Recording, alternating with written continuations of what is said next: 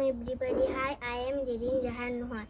You can call me Nuha. I am a student of class 3 at Yahya Ulum Qawmi Madrasa and also a member of Abdullah Bhuiyan Language Club, which is directed by Hatia Language Club.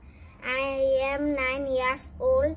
I live with my family at Khiridia in Tamurudi Union under Hatia Thana in Noakhali district.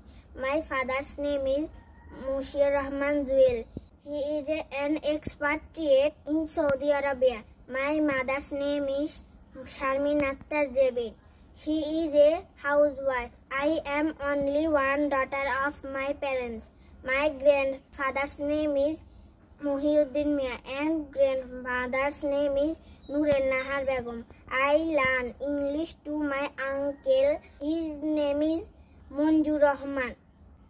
My favorite color is purple.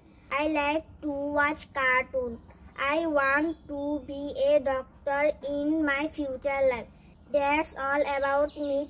Till then, Allah Hafiz.